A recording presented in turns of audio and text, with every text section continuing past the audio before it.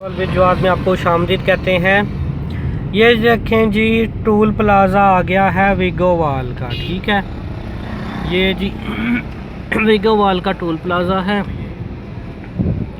और अब हम आपको बताते हैं कि जी इसमें कितना को इन्होंने काटा है। और जनाब इन्होंने 20 रुपये टूल प्लाज़ा हमसे लिया है। ये देखें जी, ये आगे टूल प्लाज़ा है। ठीक है, और हम इसकी पर्ची आपको दिखाते हैं।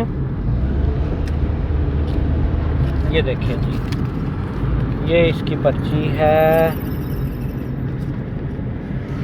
ये देखें, ठीक है, highway division Sargodha toll plaza Waigowal toll plaza. ठीक है जी, अब नेक्स्ट कौन सा आएगा टूल प्लाज़ा वो भी हम आपको दिखाते हैं और उसकी कितनी कटौती होती है।